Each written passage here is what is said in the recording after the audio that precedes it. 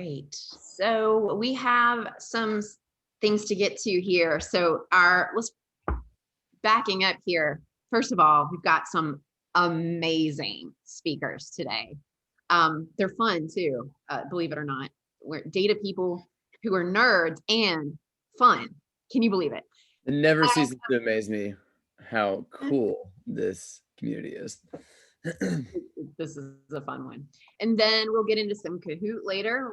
Probably have a prize, maybe.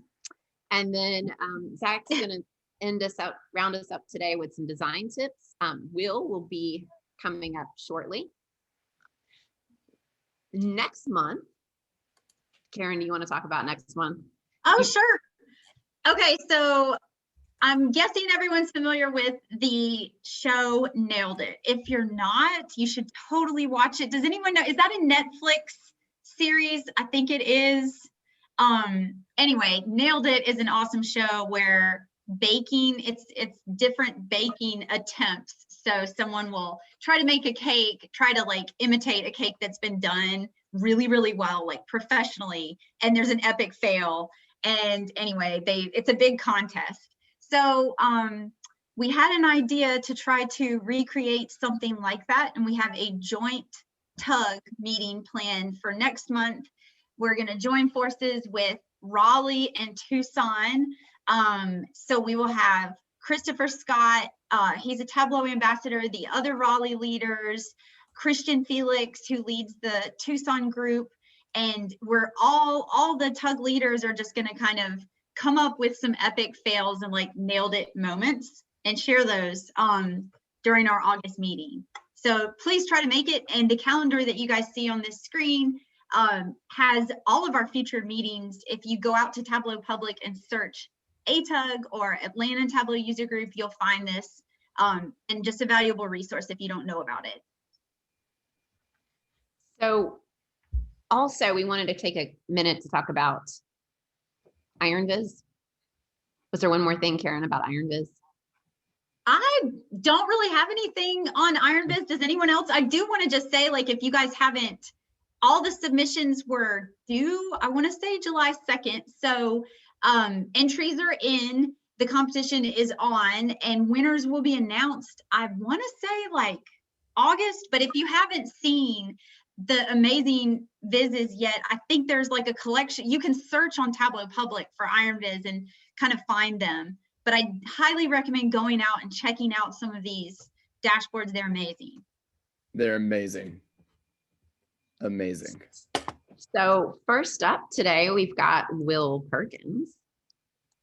And Hello. I'm going to let you share your screen. And I'm going to let Will introduce himself. We could talk about Will all day. Definitely, I think we definitely a great piece of the community right here.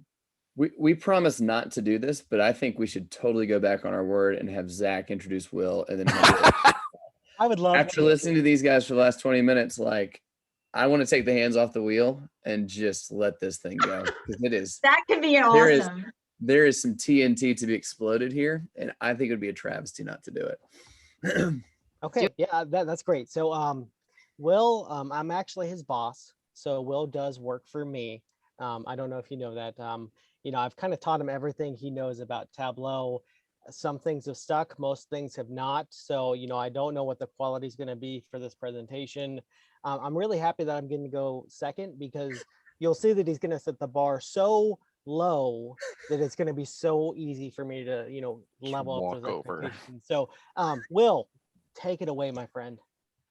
Those are loving and caring words, Zachary. You are a gentleman and a scholar in every definition of the word. So I look forward to introducing you in the coming minutes. So, you know, as Zach mentioned, he's not my boss. I do not work for him.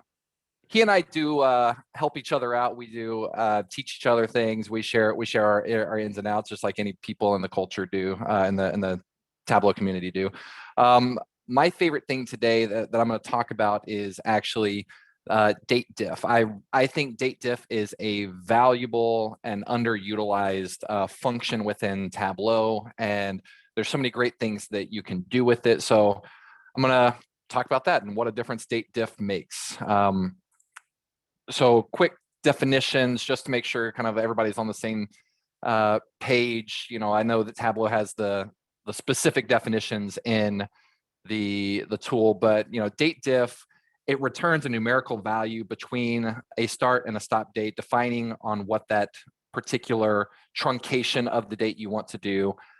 Date trunc just brings a value to a lowest common denominator defined by that date part. Date add, you can do some mathematical stuff, right? Because a date can be categorical or continuous, depending on, you know, you can look at it as a dimension as that particular value, or you can think about it like human beings think about dates, and it's a continuous plane. It goes forwards and backwards.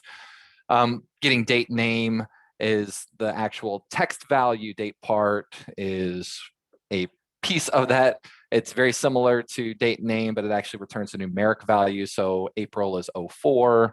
And date parse is going through and kind of like turning a string into a date, right? So I give you all of those things to show that there's many variations of how you can do date values in Tableau.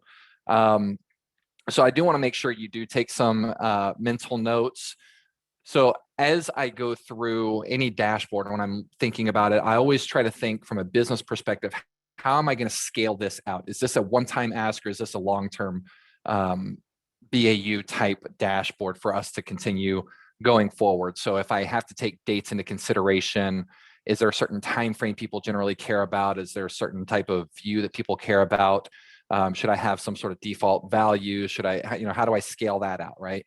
Reporting timeframes at a lower granularity than months is confusing for end users. And so what do I mean by that? Well, reporting at a year level, if I'm going to do a difference between years, super easy. A year is a year. Then quarters, there's 4 quarters in a year. There's 12 months in a year. But when you get down to anything below that, not every month has exactly 4 weeks or 5 weeks. And sometimes a month starts midweek and ends at the end of the last week. And you know, there's 365 days until there's not 365 days. You get that leap year. And then if I'm doing comparisons year over year on a date, well, what if one date was a holiday and the next year it's not, or happened on a date, right? So it gets really confusing from end user perspective, trying to explain what makes sense. And we can do things logically, you know, numeric wise or date wise, but there's a lot of confusion. So just being cognizant of that aspect. So I touched on it earlier, dates can be both categorical and continuous, so a dimension or a measure in Tableau. So being, you know, cognizant of what those values are and how to use them. And if you didn't have good use cases for DATEDIFF before, hopefully you see some examples today that you will have go forward. So let's kind of start here. I'm going to get out of presentation mode and just kind of start going through. So I'm using Superstore data, the data set that everybody knows and loves. And I've added an additional calculation to kind of like keep the dates dynamic. So I can show some like forward-looking dates so we can kind of explain on that and keep things current. So when I'm looking at a date trend, I'm going to speak from BAU, like business aspects, and I'm sure many of you guys will be able to relate. Sometimes you have dates that are in the forward. You're projecting out numbers. It's in your data set. You're not necessarily using Tableau's forecasting. You're using actual values that your business has created. So it's super easy, right? You can create a trend line. You throw the continuous variable up top of the dates. I'm saying I'm looking at the months of my constant date over time of sales, and I can see what is a future date and what is a back date. Super easy. Anybody can drag and drop and create this view in a few seconds. And if I'm looking at a historical trend, if I want to say I want to look at the last 13 months of data, that too is very simple to define within Tableau using a date filter, right? So I can right click, I've got my date value on the filter shelf. I'm looking at months and I'm looking at the last 13 months, and it's telling me that I've got 7/1 of 2020 to 7/31 of 2021, right? Showing my time frame, 13 months worth of data. Super easy to do in Tableau. But I can't say I also want to include some future values, right? If I want to say I want to have at least a year's worth of history from behind the scenes, and I want to look at everything that's future value, I can't really do that within Tableau unless I were to go to like range of dates. Then I start getting to the point of where I've got some hard-coded values, right? I'm putting in this slider that doesn't necessarily meet my specific expectations of what I need. I'm not a big fan of sliders. I mean, I could do start date, I could do a default end date, etc. But I want something that's a little bit more dynamic that I don't have to worry about hard coding a particular value. So let's go to this historic and date and future date, right? So if the ask is, I want to look at my prior 13 months and I want to see everything that is future date, or maybe I want 3 months in the future, how do I really do that? So I'm going to expand on my categories. And so let's look at the calculations for DATEDIFF. Now, as I mentioned earlier, I'm going to zoom in a little bit here. DATEDIFF is the difference between two dates, right? It's very self-explanatory, difference of dates. And I'm looking at this at the monthly level. So I've got this parameter that I'm using as kind of like my report end date. And I'll show you kind of like what that looks like, right? So it's dynamic. It looks at today as of, every time I open this up, so it keeps it dynamic. So right now we're in July timeframe, okay? So the date difference at the month level of today to other values in the date field, I'm able to get a variable, right? And so what's going to be returned is the number of months between those two dates. So the thing that I like about DATEDIFF is it creates an anchor point where 0 will always be your most current value, right? So anywhere in this value here, 0 is going to be all values in July of 2021. Any positive number are going to be future, and any negative numbers are going to be in the past, right? So now that makes it a lot easier for me to define, well, if I have a report date of like, this is my data as of, and I'm going to have some future values in there, and have some past values in here, then I can start thinking, well, I want at least 13 months in the history, like the use case is, and 3 months in the future. So what I can do is I can take this DATEDIFF month value and I can drag it over to my filters, and I want all values, right? So if I want 13 months, current 13 months, then I'm going to do minus 12. Oops, not minus 12. So minus 12 is going to give me 13 months, current and past. And then I want 3 months in the future. So now I can hit apply, and this, I never have to worry about changing those dates. I never have to worry about changing anything on this worksheet. Again, as long as those constraints remain the same. They want a year's worth of history, and they want to look at 3 months in the future, right? So as my date value changes, right? So I've got my parameter, and I'll just do show parameter. So let's say that my data is actually updated as of end of June, right? I click June, and you'll see the line chart changed, right? So now my current month that it's showing me is as of June. I hover over this, I've got June of 2020. This is June of 2021. I've got 3 months worth of the future. So I got September, right? So it makes it a lot easier to where now I no longer have to think about this dashboard ever again when it's looking at this particular date range. So it makes it a lot easier. So when you think about DATEDIFF, like I said, looking at the variables, what it does is it creates the anchor point. So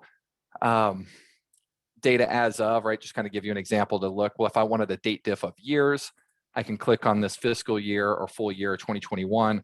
I'm truncating this to a year value. This is all of my 2021 data, 2020, 2019. I got my future 2022, right? If I go here to quarterly, looking at the quarterly. So as I said, in the past, anything negative is past, anything positive is future. You've got your point where it's a constant. And so this just gives you an ability to see where those values come through, right? So this is Q2, Q1, Q4, Q3, et cetera, right? And then you go to the months, and it makes it a lot easier for some of these ways to start kind of taking that into consideration.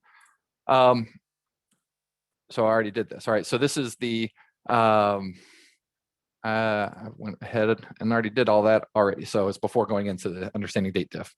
I practiced this out of order.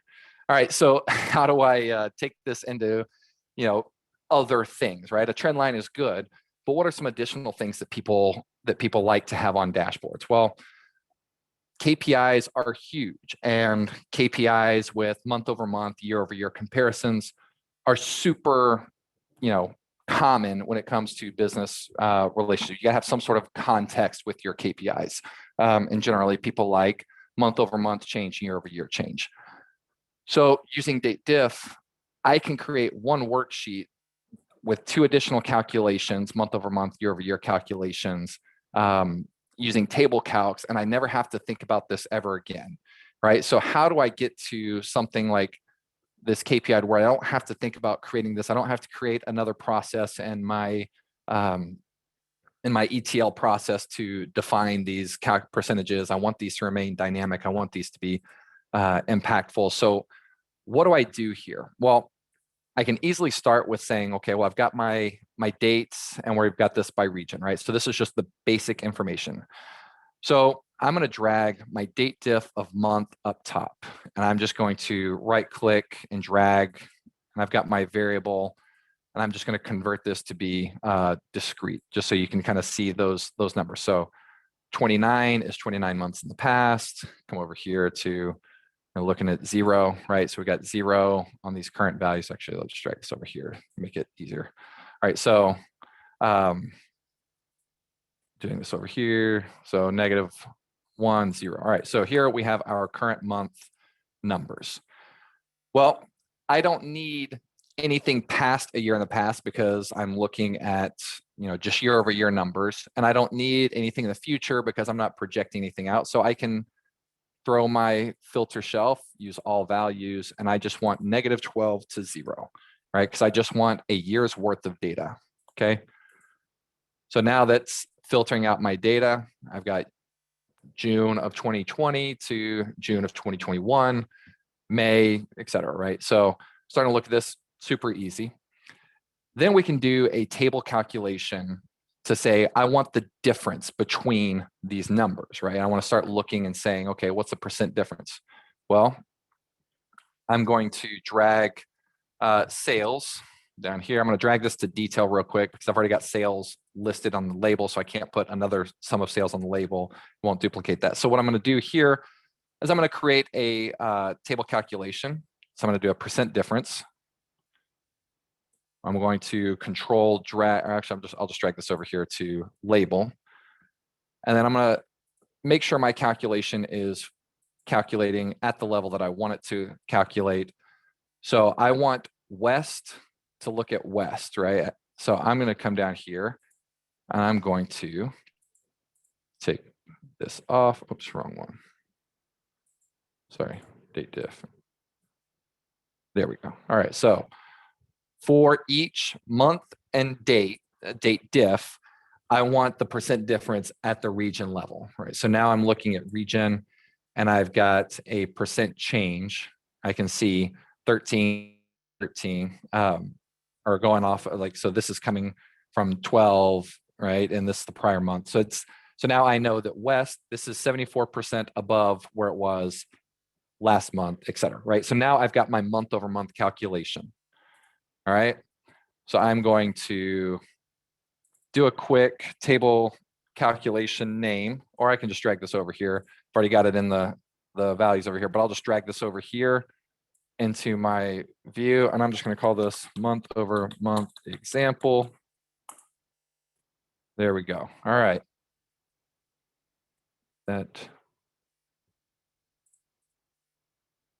Why did that not adjust? Sorry. So edit table calculation. Or is that only showing for West? East, South, maybe it's a size thing. All right, we'll work on sizing here in a little bit because we saw that the numbers working. So what I'm going to do actually is take the sum of sales again, drag it up to detail, do another table calculation, percent difference again. I'm going to drag this to label. And let's fix the size or make this little fit a little bit more. Or not, let's go here. All right, so we'll format this here in a little bit just so you can see all the different numbers. All right, so we've got percentages for all this. Now I've got my secondary sum of sales. Again, we're going to do a quick table calculate or edit the table calculation, doing it based off of, oops, we want it based on region and date, and we want it relative to the very first value. So we're gonna go all the way back to negative 12, and we're gonna do that comparison to say how much has changed during these times. And we'll do the same thing, drag this over here to calculation, we'll say YOY example. So now I've got a table calculation that is showing me the percent difference since, so we're looking at West, we'll just say, okay, West from, we're up 265%, just to validate, we'll scroll all the way over here. It was at 5,000. Now we're at, excuse me, almost a little over 18,500. It's a pretty big jump. So yep, that passes the sniff test. And then what I want to do is I don't want to see anything else in here. I can't filter any of the prior months because then my table calculations will break. So what I want to do is I'll just put an inline calculation to say date diff month equals 0. So I'm going to get a Boolean calculation. And you can see it's false over here. And what I can do is I can just right click. Oh, because I'm on Tableau Pub. I'm on the, let me just drag this over here. Tableau Public doesn't let me hide on inline calculations.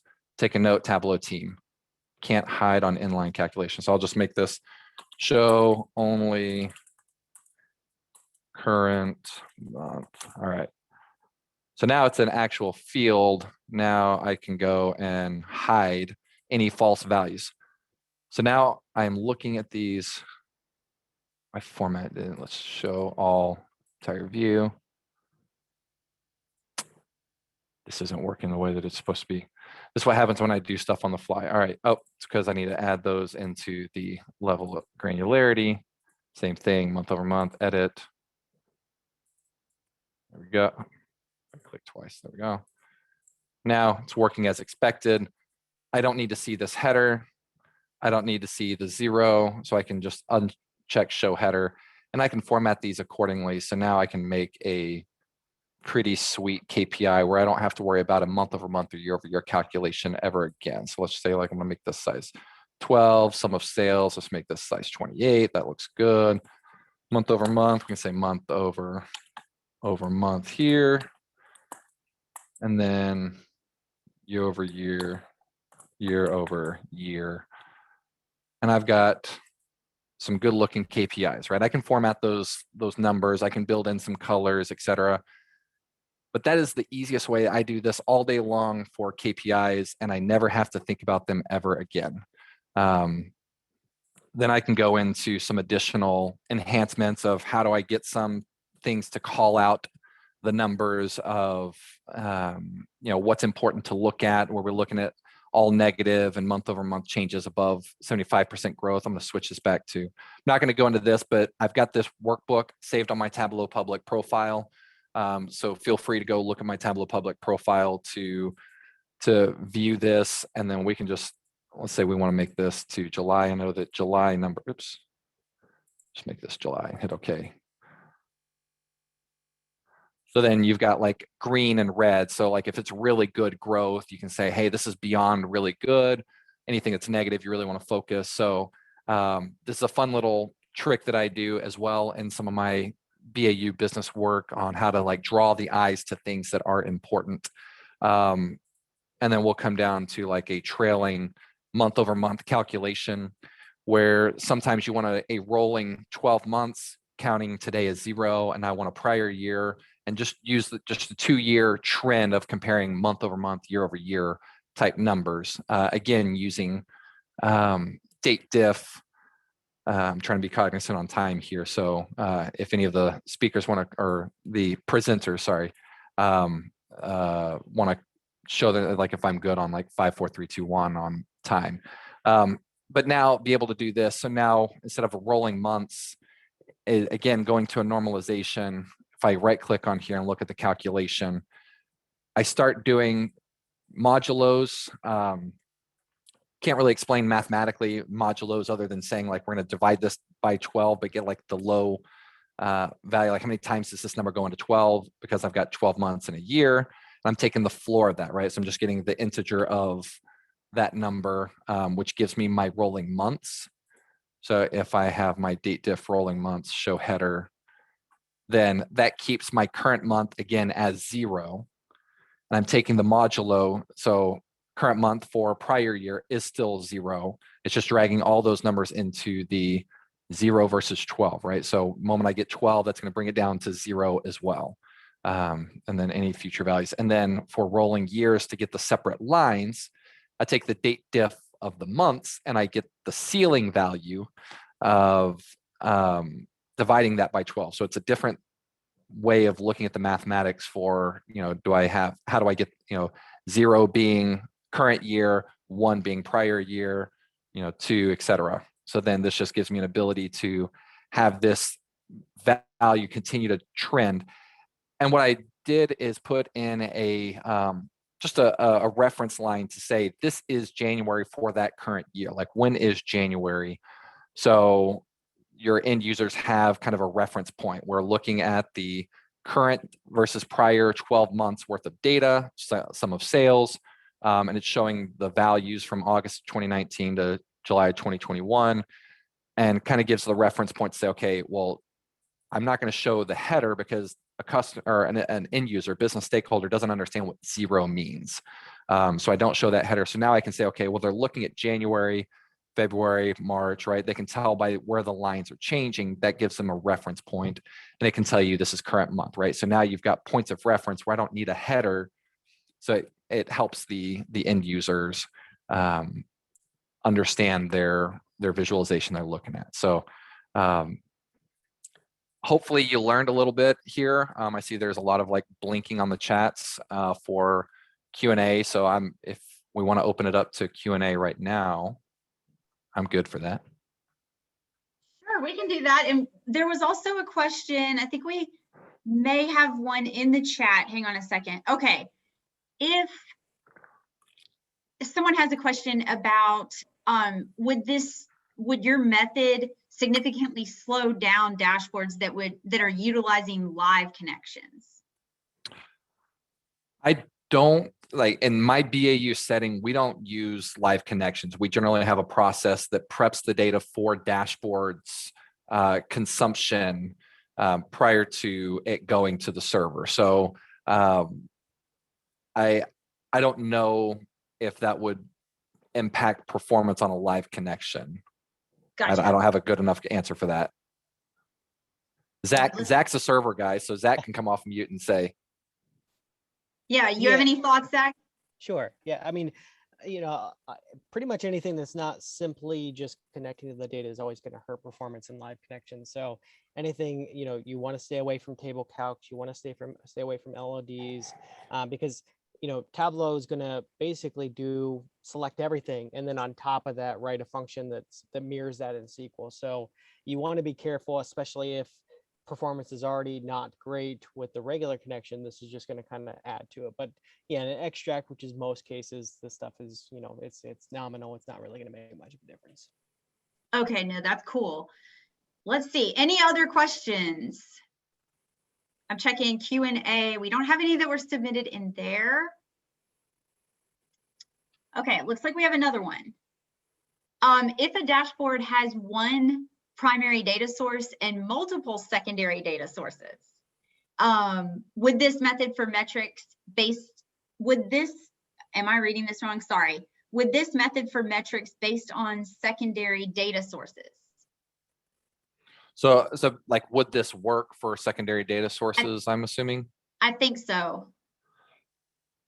I mean, it would depend on how you build those relationships between those secondary data sources. Are you using a parameter versus an attribute of that primary source on the secondary source, right? I think it goes back to kind of Zach's statement earlier, like there's complexities that can go into this. So I don't want to get into like that technical deep dive, because I think that everyone's going to have different use cases on how they run their BAU processes. But I would just say, like the Andy Cotgreave, like it depends. Yeah, no, totally. Okay, one more. Is there anything unique to doing this with year-to-date calculation? Yeah, I mean, it's just understanding the math, right? So then you would be able to say, well, what is like if we're looking at year to date, for example, what is the zero for the beginning of the year, or like how many months forward or quarters forward or et cetera, is just finding the difference. So then it just becomes, I don't have to think about the actual date values and filtering just January. Then you can say, okay, well, I'm X months ahead of January, and kind of do that delta, and then it's set it and forget it. Okay, perfect. Anyone have any additional questions? I'm looking through, I think we might have just had another one. Okay. All right, I think table calcs are hard to work with disparate data sources. Is that true? I mean, like using the table calc with the other data source, like I'm not sure what you mean by the disparate data sources, other than just like having multiple data. So like, yeah. I mean, I think it would be the same as like, it's all goes down to the relationships of that you've set up between those multiple data sources. Again, I'll point to Zach from a performance perspective. Like, if you can come up with logic, you can come up with logic, and it might be a little bit more difficult. I always recommend, if you can, push as much back up the data pipeline as possible. Make Tableau do as little of the calculation work as possible. Mm-hmm. But there are things that you have to take into consideration, the dynamic aspect. Like, you may have 10 different filters on a dashboard, and if you're trying to show percentage, like, you know, month over month change, but you've got every possible, like Superstore, you say drill down to this region, and then go down to this state, and then go down, like, there's a million possibilities. And so if you don't want to have to think about those million possibilities somebody could do, you want to keep that dynamic aspect in Tableau. But if there are issues like linking data table, like push that up so you can minimize the calculations between the disparate sources inside the tool. Yeah, I feel like that's definitely been my experience as well. Like I always seem to have better, it seems to work easier and everything's smoother if it's all in one data source, and it's just like your primary data source, everything's in there. When you do have to cross, it can get trickier and you can get errors. So I think I know what they're saying, but it looks like we've got one more. Would this also work with level of detail calculations as well? Yeah, I mean, it would. So level of detail calculation, you could set a different anchor point, or you can fix your levels at, you know, whatever granularity you want to. So, I mean, it could absolutely, like, what is my max date diff, and then kind of do some additional elements. But I mean, it all depends on the use case. But yeah, I mean, level of details could absolutely be used here. Perfect. I think that's just about everything. Will, thank you so much. This is great. And I think this is the type of, like, it's the perfect type of presentation because it appeals to everyone. Like, we all have this issue. We all deal with dates and these calculations. And it's like, no matter where you work and what you're trying to do, this is like such a common thing we're all trying to like work through. Thank you so much. This was really, really useful. Of course. Thank you. Is it Kahoot time? It is. There Kahoot. is. And actually, there was one more question that just jumped in, but we can answer that. It says the table calculations don't work in LODs, right? And that's correct. That's because of the order of operations. The table calculations calculate after the LOD. I feel like Zach has something to say here. Oh yeah, you're going to help us. That's right. Yeah, I was just getting prepared. Just yeah, Zach and Will are going to help us.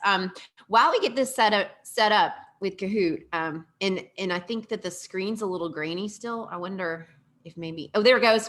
We're good. We want to just talk a little bit about how you can get plugged into the community. If you're new, welcome. We have, and we're going to throw some links in the chat here. We're going to throw some links on how to, first of all, sign up for next month's ATUG, and then also how to get plugged in. We've got Slack. Let's see, we've got how many things to do. You might need to help me out here, Karen or Nelson. What am I forgetting? So we can register for our next meeting. I'm tired. I'm really jet lagged, by the way. So words are slow. We got Slack. There's Slack and LinkedIn. Twitter, and LinkedIn. yeah, social media. And I'll put a link to our ATUG dashboard because it's at least a good landing page so you can find a lot of these other things. And of course you have all the meetings out there. So I'll throw a link in the chat because that's a great way to like stay plugged in, get the notices when there's a new invitation to a meeting, stuff like that. And you'll get an email at the end of this meeting with a lot of links as well. And if you text me, I'll send you Anna's phone number. You can call her for any other questions. Yes, always call her directly. Directly. Any hour, any time. She loves text messages.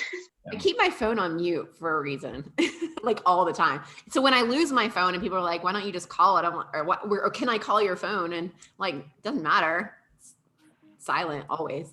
I see a Will and a not Zach together, and I don't trust either of them. I'm just gonna throw it out there. Well, wait a second. You guys helped me write these questions this time. Will's a bit of a cheater. I mean, not a surprise, right? So there are some links in chat. Y'all can go there and sign up as we're waiting. So if you haven't played Kahoot, and maybe we didn't say this, sorry. Go to www.kahoot.it. I think your little bar there, Nathan, is covering it a little bit. And then the code there is, it looks like it's 6089675. And that's going to get you into the game. Now, for those of you who play this often, know that you can also get the app for your phone. A little late right now, but if you have the app for next time, sometimes it's a little easier. It's like having a little controller. And what's going to happen is you're going to get more points for the quicker you can answer the question. Of course, it has to be correct. What is our... See, there is a prize. I don't want to say what it is without verification. It's usually a electronic gift certificate. Yeah. Cause that way we don't have to fill anything. Yeah. Yeah. For a Tableau. Okay, I didn't know if we had it this month, but okay. So the Tableau store, gosh, words. Y'all, I flew in. I got home at 1 a.m. from Montana. My brains are in the mountains right now. Yes. Okay. $25 gift certificate to the Tableau store for the #1 winner. Please, please, please. If you are the winner, make sure you send us your correct email address via chat. You can even just chat us directly, but we need to make sure we have it and it has to be correct because we don't want you to miss your chance at getting your gift card.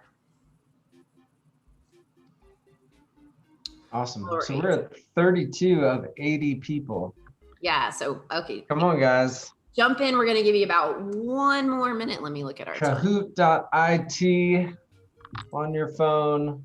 Type in that 7-digit number, and then we'll see you on here. RBI question mark? That's awesome. Can I remove people? Oh, I can. Don't do. The answer is no, right? I mean, it's a question, so no.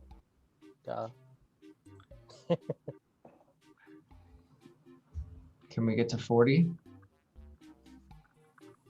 No, yeah. This is like I went with Nelson to the home run derby out here in Denver, and this is kind of like watching the home runs. It's like they're just cranking them in the outfield. Home run. Home I run. didn't realize Nelson went out there and joined you for that. How Yeah. cool. Yeah, I just got to my house. We had a blast. I was at Nathan's house yesterday. I didn't realize you were out west too, Nelson. Okay. I flew into Denver Saturday and then I came out, but I went to Missoula and I came through Salt Lake City yesterday. I went out to Denver on Saturday. United or Delta? Because I had to go out on United, but I came back Delta. Were you on the 4 o'clock Delta flight? No, it was morning. Oh, coming back, you mean? No, I came through Salt Lake City coming back. So Got it. Is the music at an okay volume? Can you guys hear it? I can't hear it. Good. It's always awkward if there's no music. It's just like. There we go. All right. I think we should I keep can going. hear yeah, it. let's hit it. You ready? All right, let's do it. And if you're All of still our- welcome to jump in even after we start playing. So All of our various co-hosts, you guys also ready? For your Ready. Witty commentary. Okay. All right, here we go. We've got, I believe, 8 questions, eight questions. And are they equally weighted? they are equally weighted. All right. And the faster your finger hits the button, the higher your points will be. So here we go. So by the way, as he gets us started, Will is from Dallas and Zach is from Columbus, Ohio, which is why there are some questions that include those cities. So Delta Airlines headquarters and main hub is located in. Now, you should know this. It's a bit of a softball, Hopefully. hopefully. Any Delta folks on today? Joining us Oh, for? yeah, I'd be curious if anyone's Delta from Oh man. Atlanta. Oh, That's the correct answer. Yes, I American. think all the Atlanta owns people in should Dallas, Fort Worth. know that. All right, question number 2. Will, this one was Which- yours. Which former president of the United States also lives in Dallas with Will? They might be neighbors. I don't have that nice a house. Yet. Who could it be? G-dubs. Johnny Walker. Oh. Well done. Yep. Ooh, George. W. Daredevil holding it down. Come on, not Zach, get it. Come on, not Come on, not Zach. I love that. I just want them to win because then they have to tell us who they are. So So Columbus is the home to the world's largest what? what is it, guys? Also being home to Zach. It might be time This- machine. with the answers we have here, it really could be any of these. Zach, did you grow up in Columbus? No, I grew up in Springfield, Ohio, close to Dayton. Wow. It is the world's largest Ball of gap. twine was a popular choice. Yeah, I didn't know this either, folks. So I mean, yeah, I might have to go see it now. This one's gonna weed some people out. Oh, no. Not Oh, Zach. yeah, that's totally not me though, guys. Really, it's that. Zach, you're not supposed to be playing. Now I'm starting to think, wait, was it Zach? Zach, that was your question, and that just pulled you up. I like little Sebastian. I like that. All right, question number That is a 4. good one. This year's Tableau conference is virtual. Where was our last in-person conference held? Hopefully an easy one.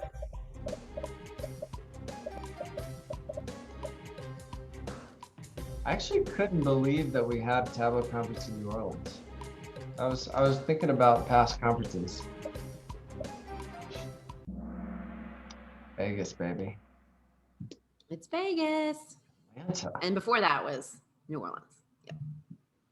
You know, Atlanta could fit Tableau conference. So could Dallas. You sure? Yes. You guys have a conference center that's big enough? Huge. Nice. All right, not Zach holding it down. Question 5. Now we're getting technical. LODs. What year did they get introduced into the product? Bonus points if you know, and I don't know how to give you bonus points, but if you know which version of Tableau they were included in. Do you guys remember? Zach, Will? It was version 9, wasn't it? That is correct. So This was I my didn't question. know My answer was version 9. I didn't know the year. The year's Yeah. harder. yeah, what my first conference was in 2016, and we were so far behind at Chase. We were on version 8. Zach doesn't agree with me, but we were on version 8. Two. 8. 0.2. Either way, we were on 8. So I was so 0.2. confident in time, and I get there and they're talking about LODs. I'm like, oh crap, like Dunning-Kruger curve is real because I don't know what the hell LODs are. And so it was like a big like gut kick. He's still figuring them out to this day. Still looking at them. Yep. I think they're Oh, not Zach. look, little Sebastian coming up. Look at that. I think we say bye-bye to little Sebastian. You get it? Ha! Nice. Oh, that was such a sad episode. Yeah, so this up 12 places. So Globe, that means Globe knew this answer like that. And just boom, hit it. They Good were job, waiting for Globe. LODs. All right, which version of Tableau was the first to switch to the year instead of version number? If you've been using Tableau for a few years, you should know this.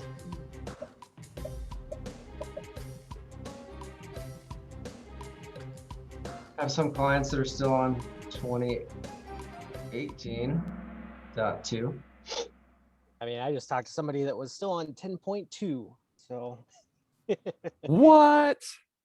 Yes. Like you found that 2018. last person. Let's see. What? yes. Lil Sebastian. Uh-oh.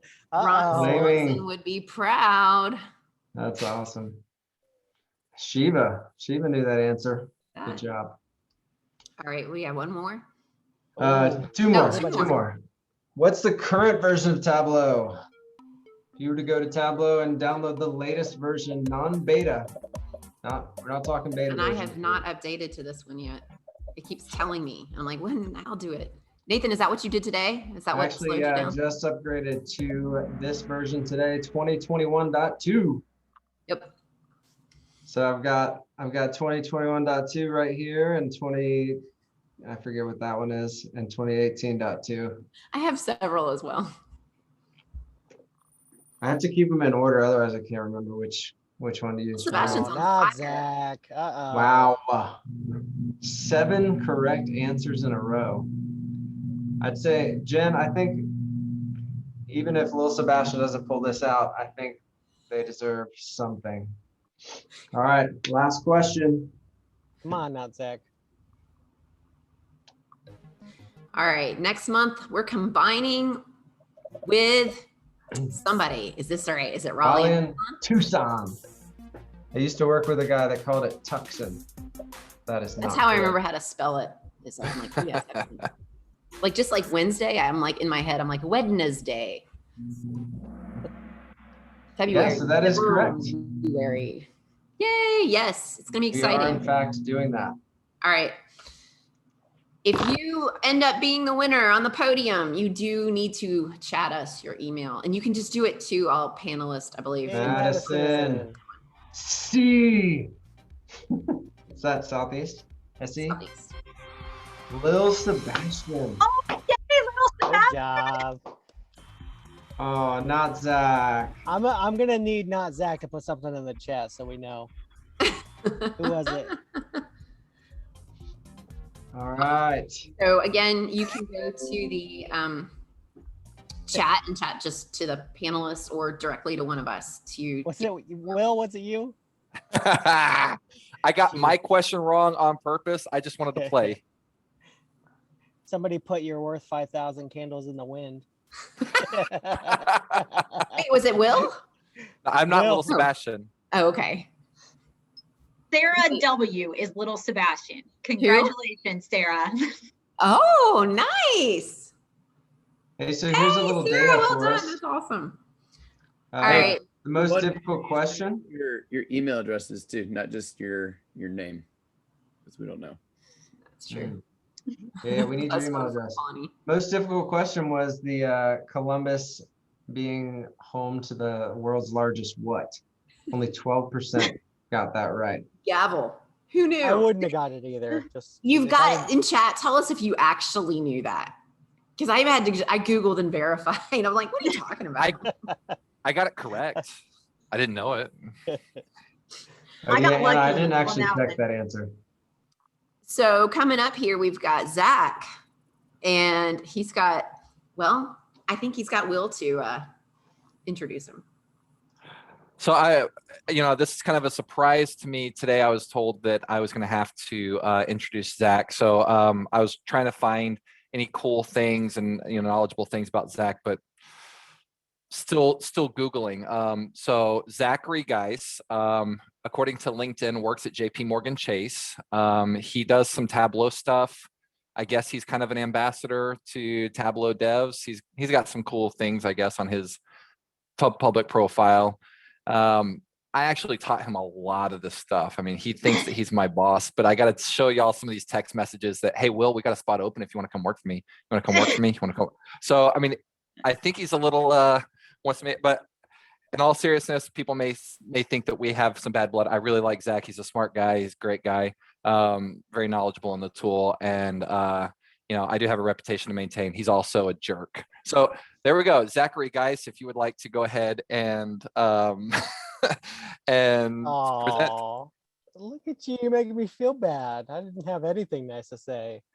I'll try and think of that. So let's just jump right in. So I just wanted to bring this up just to show that I didn't make it up. There is a giant gavel here in Columbus that you can see. I've never seen it, but it's a very giant gavel. I don't know the meaning. I don't know why. I don't know anything about it, but that's all right. Let's go ahead and talk about Tableau design tips. All right. So, well, I'm sorry. I forgot to take that slide down. Hold on. Now I feel even worse. Okay. So let's talk about Tableau design tips today. So a little bit about myself. Will did a fantastic introduction, but I'll try and kind of go through this. So I've been using Tableau for about 10 years now. I started way back in Tableau version 7.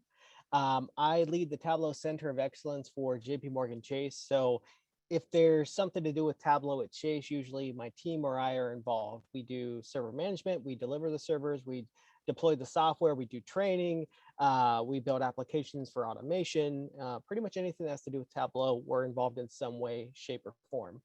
My information is there if you want to contact me anytime. I'm always happy to chat. I'm a Tableau ambassador. I think this is actually, we're running down the last of the year, so we'll see if that continues into the next year. But for now, I'm a DATEDIFF Tableau ambassador, and I'm desktop and server certified. This is my Tableau public portfolio. I kind of encourage you to check it out. Reason I show this is design tips is pretty much what I do anymore. So, I do some random things that talk about server and data dev, but I do mostly on my public site, just design tips and ways to use the tool. So what are Tableau design tips? It kind of feels weird either way that you say it. These are basically taking Tableau and going a little bit outside the box with Tableau. So building things that aren't native inside of it, something like this where you can build a slider that actually identifies and uses visual indicators to show what you're filtering, adding context to your filters. It's things like using a chart instead of a built-in parameter or filter to interact with that chart. It's things like giving the user the ability to control what they see on their view rather than just giving them one view. It's things like giving them more customization options, like being able to give them the ability to pick different charts, pick the colors, pick different options for their use case so that they don't, again, just have the same experience as everyone else. It's just going above and beyond what you can do with Tableau, things like this, where you can build custom UI elements, buttons, things like that, just to give a little bit more of a different experience or a more elegant experience than what's involved in what's included directly in Tableau. Giving different things like tabs, just to show that there are a lot of different ways to visualize things. It doesn't just have to be a dashboard with filters. There's a lot of different ways to build things. Adding additional integration options in your dashboard. So it's not just clicking on the obvious thing, the bars, it's clicking on the things that you probably would think to click on in another application. So just going outside of what's you can do in Tableau and thinking about what you should do with the tool. Those are just a few examples. I don't go through all of the different design tips that I've done, but if you want to see more, you can just search for that hashtag Tableau design tips, and that will link you out to all the things you can see. I'd like to talk a little bit about the tips that I've learned by building these tips. So think outside of the box. As I mentioned, a lot of times when you build things in Tableau, you start off with, okay, what can I do in Tableau? You know, what is the chart I'm going to build? What is the filter I'm going to add? How am I going to organize the dashboard?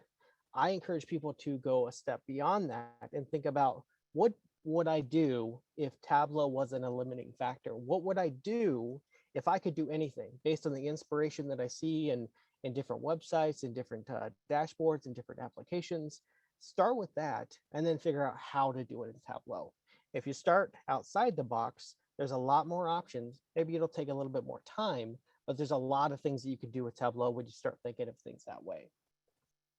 User experience is everything. I love Tableau. Otherwise, I wouldn't have been using it for 10 years. I wouldn't do all these things. I wouldn't be presenting here. But one of the things that it doesn't always do extremely well is user experience. It does things well for, I'd say, a BI product, for an analytics product, but things like how you click on a bar to filter another thing, or how you use the navigation at the top, or how you drill into something with a tooltip action, things like that that you don't see in other applications. You don't see them done that way. So I like to think about, what is the user going to do? Think of it as a way of, this person's never seen Tableau. They don't know that when you click on the bar, it's going to do this. They don't know that if you hover over this bar and then click into a tooltip and click that link, that it's going to go to the next page. Think about it instead of, what happens when you open your phone and go to Facebook, or you go to Google, or you go to whatever other application or site? They build things around user experience. Find inspiration. So every single day I go through Pinterest boards, I go through blogs, I go through inspiration websites, I go through a lot of different things just to find a couple things that I can build into my data viz. I'm always looking for inspiration, whether it's in those blogs, those resources, or things just that you see in your everyday. So signs on the street, billboards, ads, video games. I take a lot from video games, just menus and things like that, but look for inspiration in all the places and start thinking of things as, you know, what is the design? What do I get from that? And how can I learn from that in what I do with Tableau? Pretty much every single one of my tips uses parameter actions. They are, to me, one of the most powerful things inside of Tableau today. You can pretty much do anything. And I'll kind of talk through how you can use those. And I'm going to build an example in front of you. And it's definitely going to use parameter actions. The other thing that I use in pretty much everything is the no highlight trick. So another kind of user experience thing where I don't love that Tableau always will, you click on a bar, you click on something, it's going to focus on it, or it's going to add yellow highlights, or it's going to darken the other things. It's kind of weird how Tableau does that. And again, it's not consistent with what you see in other apps. So based on this trick, and again, I'll show you that, this just allows you to not highlight things, so it behaves more like a button that you'd see in another app. I'm just going to stop for a second because I think there's a couple questions. Nope, everybody just likes parameter actions, and yes, they parameter actions for the win. All right. I did about 2 months ago publish my first blog post about this. Again, just something to reference. If you want to see all the tips that I've done in the past, you can go to datatheories.com. It's currently the only post that I've done so far. You can see all of the 25 first tips, all the things that I've done with them. And that actually leads to the design tip catalog, which is another workbook where you can actually just scroll through the different things. I went in and built the tip, a GIF of that tip so you can see it in motion, and a guide so you can figure out how to do that. So you can find that very easily on my public site and through that blog post that I mentioned. So let's spend time actually building. That's what I usually like to do in these sessions, is let's spend time in Tableau rather than PowerPoint. So I'm going to flip over here, and I'm going to just do a brand new workbook.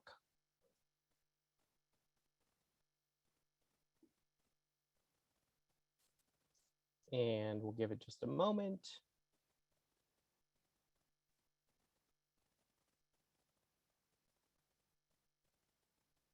All righty. Now, this is the latest version. You don't need the latest version for what I'm talking about, but it helps to be on, at least 2020.2 or 3 to get all the features that I'll talk about. So the first thing I'm going to do is I'm going to connect to some data, and I'm just going to do Superstore. Now, I'll go a little bit slow. If you have Tableau open and you'd like to follow along, I'll leave that to you, but we only have 15 or so minutes. So I got to go a little bit fast, so I can't stop. So I'll try to do it at a reasonable pace if you want to follow along. The first step, open Tableau, get into Superstore, and we're going to go from there. So the first thing I want to do in Tableau is create a simple scatter plot. One thing I didn't do was extract this data. Let's do that so we get a little bit faster response when I do things.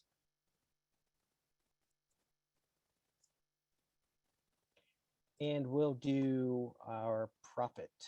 Okay. Now we know this, that if you have a scatter plot like this, we need to add the dimension that we want to look at this by. We're going to do it by product subcategory. So we'll take subcategory, we'll add it on the detail, and that gives us a nice view of what we're looking at. Now, design, you probably noticed in those design tips that I did the same sort of color scheme for a lot of things. So we'll go in here, we'll make this a filled shape. And we're going to make the color somewhere like this. And maybe this one instead. We'll size it up. I want to see that those colors look good. It looks fine to me. It's not quite the same color, but we don't need to spend too much time on that. Last thing, just to add another dimension here, is we'll take profit ratio, throw it on the size, just so we can see a little bit more of what's going on. Just not necessary, but it helps us here. The next thing we want to do is let's go ahead and add a secondary axis or second instance of this, and we're going to make a dual axis. We'll make sure those are synchronized. We'll take off this right header. And the reason I'm going to do that is just so that I can tone down the opacity on one of these.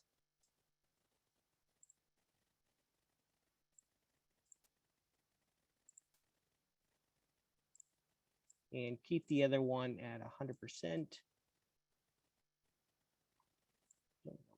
Back front here.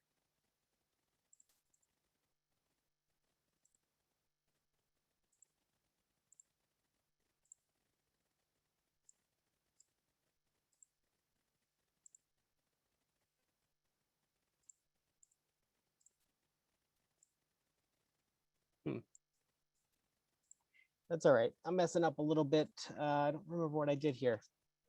I didn't practice this. I try not to practice these before I go through them. So I think you get a little bit more of a natural experience that way. So I'll just undo a couple steps here. So we're back to just this one. We'll keep it like that. That's fine.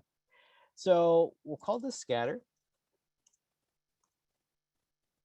And let's go ahead and create a couple little charts to sit beside it. So I'm going to do, let's say ship mode and sales.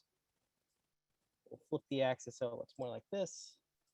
Kind of fit it through, give it a label, turn off this, and take off our labels. Okay, format this just so it's left. And let's pick kind of that same color that we had before. So it looks more like this. I think that's fine. R1. Time. We got probably about 10 minutes to go through this, so that's fine.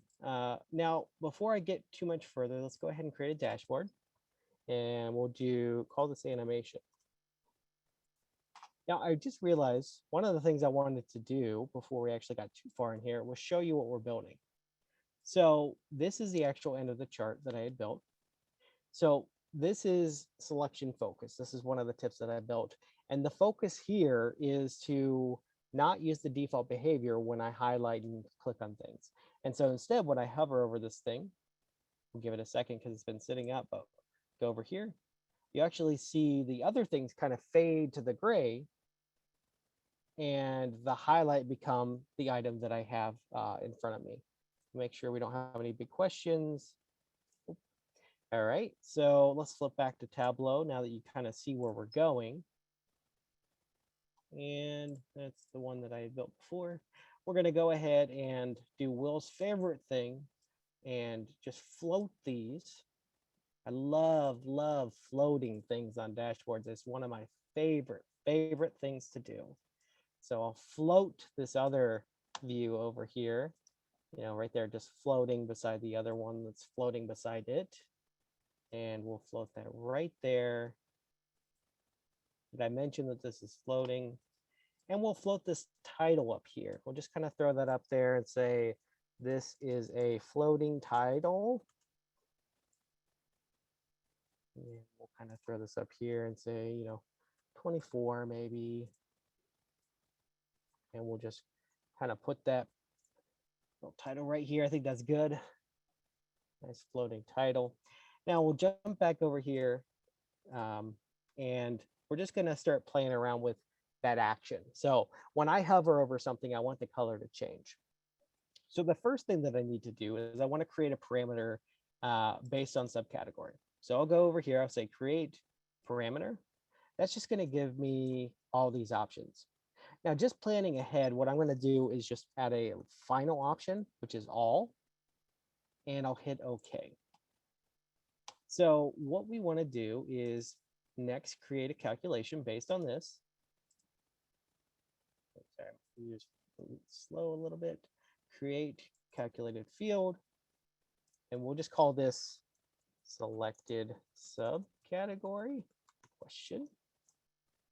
And does subcategory parameter equal the subcategory, or does the subcategory parameter equal all? So it's a true or false statement. Does it equal one of those two things?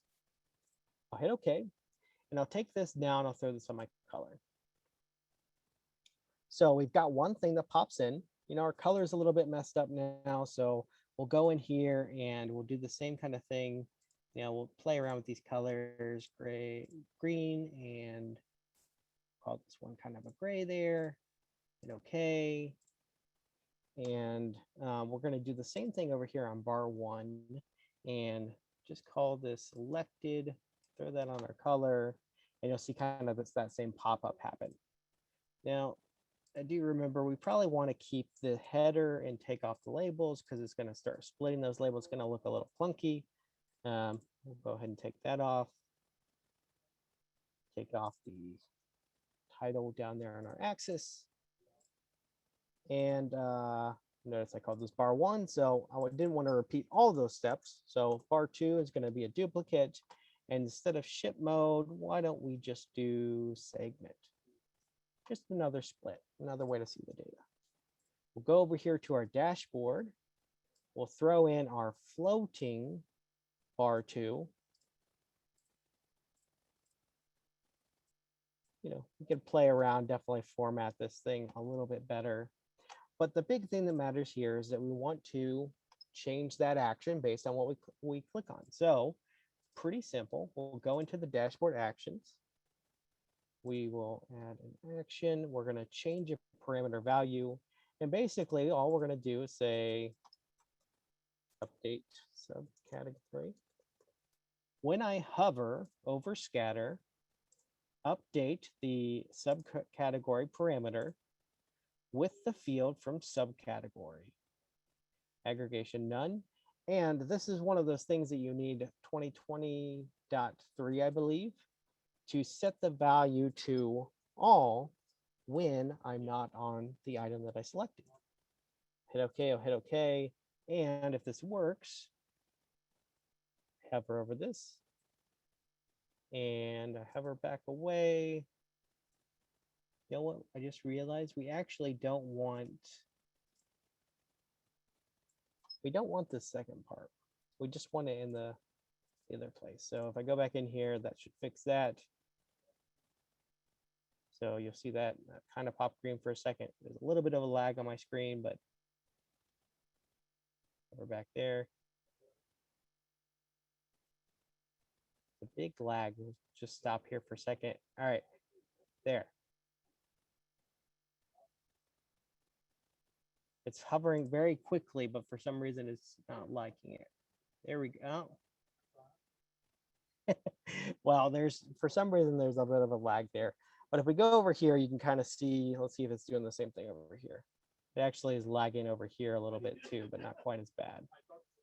So it's a very similar thing. The only thing that I did different was I got those, the colors different. You know, I did a little bit more formatting over here. I did get the shape working for the background. I think that was the difference that I didn't do, was an open circle versus a closed circle. So the last thing that I mentioned was a big deal is, and it doesn't actually apply here actually, but the no highlight trick.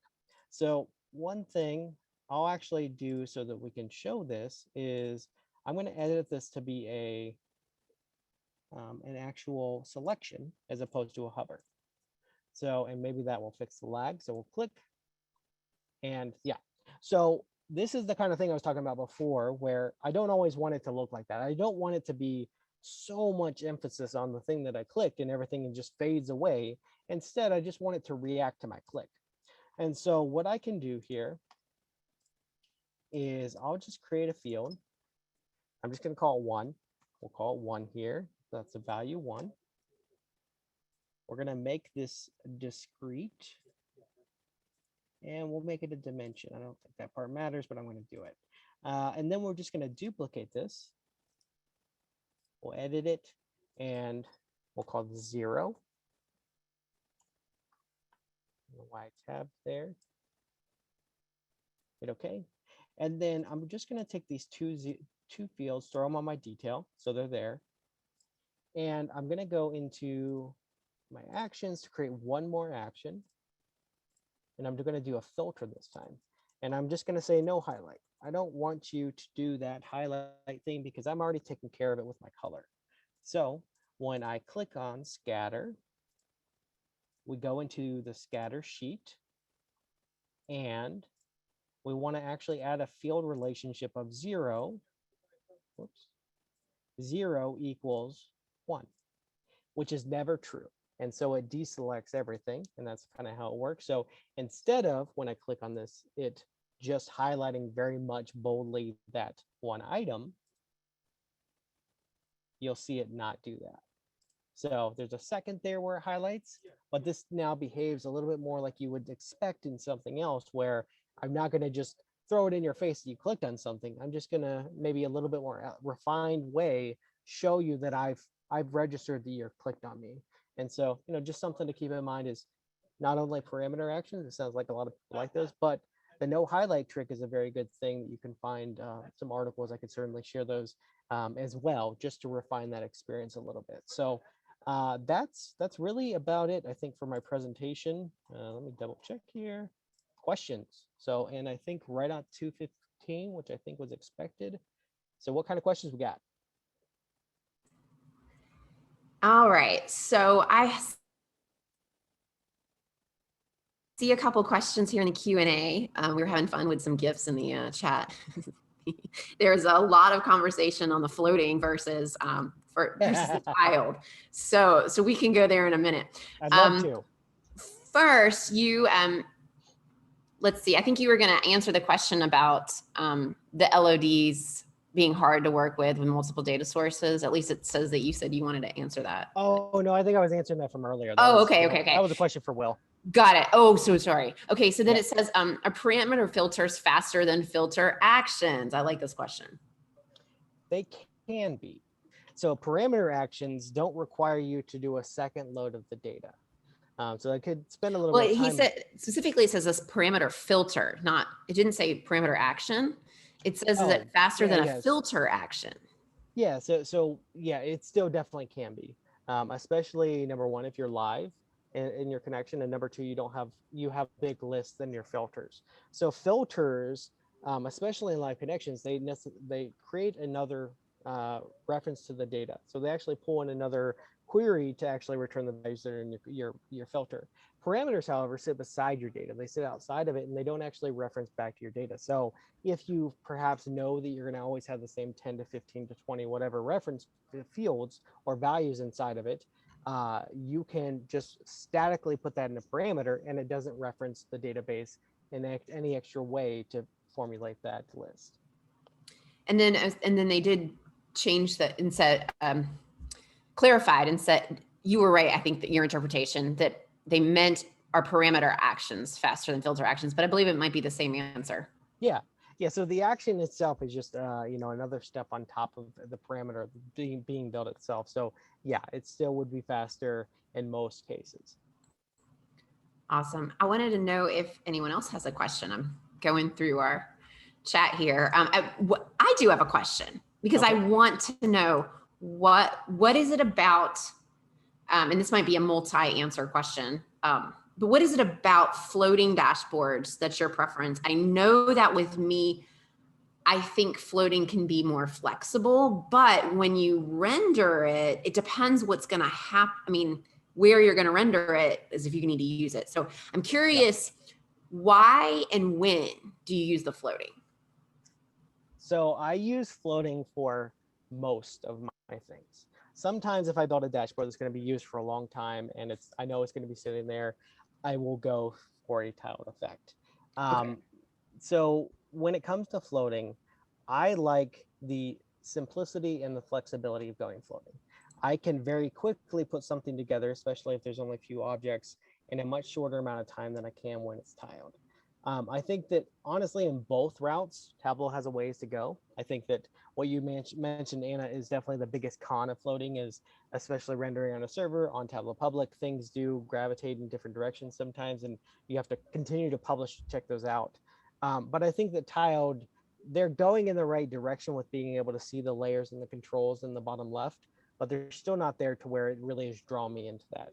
I would also say I use a lot of other tools like design specific things like Illustrator and things like that are just more friendly and open to dragging and dropping and layering things and floating things. So it's a personal preference. I know that most people do like tiled. I'm just one of the weird ones that I just prefer floating. I've definitely played around with floating a lot more lately. I mean, there's just so much ease to, like you said, the layers of the containers. But what I found is I end up I start off tiled and then I float a container and then tile in it. I have a lot more flexibility there and still don't have much of a rendering problem. I'm wondering if anyone, oh, good. I have another question here. Said, will this work with custom views? Take the chart Zach created, but create a calculation that will find the quote largest circle and then subscribe folks to it and or set up alerts.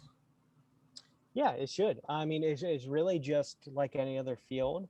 You should be able to basically set a calculation that says if largest, then highlight, and then make that customized per user, and then subscribe them to that. Or sorry, not subscribe, but create a custom view for them for that. It should work just fine. I want to see if anybody else has a question.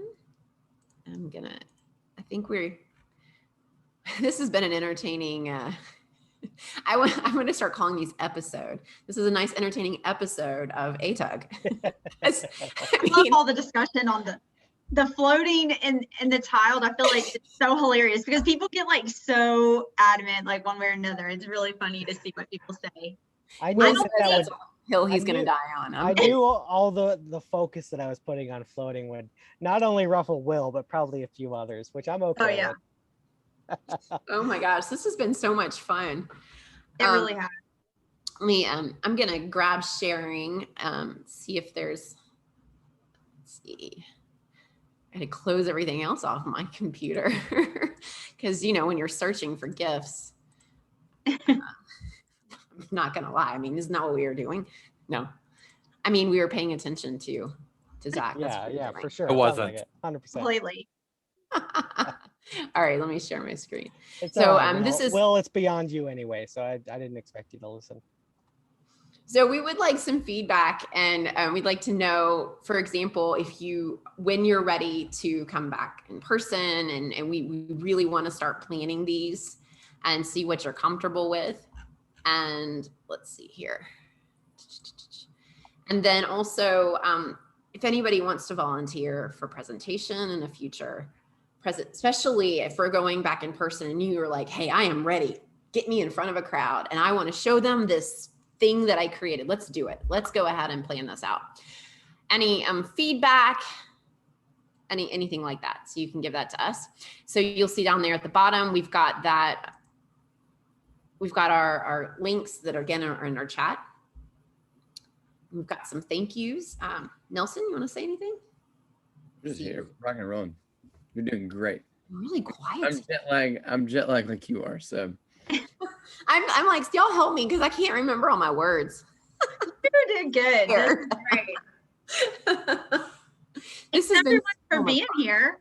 So much fun. yeah, And guys, Will and Zach, like you guys are hilarious. It's a shame that y'all don't like work really close together because at like I thought y'all were in the same city even, but it's hilarious. Like watching you guys, the banter back and forth has been like the best part of this meeting. Yeah, I don't think we could. This is close enough. You know, virtual has been fine. It's been great. You know, in person might be just a little too much. Too much.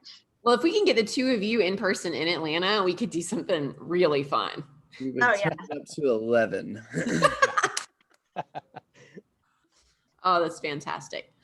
Zach, I saw you that you chatted there to see you at the Columbus Tableau user group. Is this, oh, it's virtual, you said, a diversity session lined up for next Thursday. Okay. Do you have a link to throw in the chat real quick? Yeah, let me grab that. Yeah, we just actually right before this sent this out. So anybody that's interested, we meet once a month as well on the Columbus side, and I think we have a really good lineup for this one. So let me grab that. Just 1 second. Will versus Zach fizz off. That'd be fun. And it looks like they have nominations open for Tableau ambassadors. Karen is a Tableau ambassador. And Zach, you are too, right? I am. Yep. Not leaving anyone out, am I? And Yeah, actually, yeah, you can nominate anyone, you can apply yourself. It doesn't have to be a nomination. You can submit as an application as well. So I think the link is in the chat, but I don't know how much longer they're gonna do it, but that's something to definitely look at. all right, looks good. Well, I think is that the end already? That's the end. That was really fun. Thank y'all Zach for and having Will, us. thank you guys so much. Thanks for having us. It was This fun. was awesome. Thanks for being here. And if you are new today, thank you for coming. Come back next month. Yes. Please Thanks, don't everybody. let Will and Zach scare you. They're not always here. But we are. So don't let See us you guys next month. Make sure you're there in August.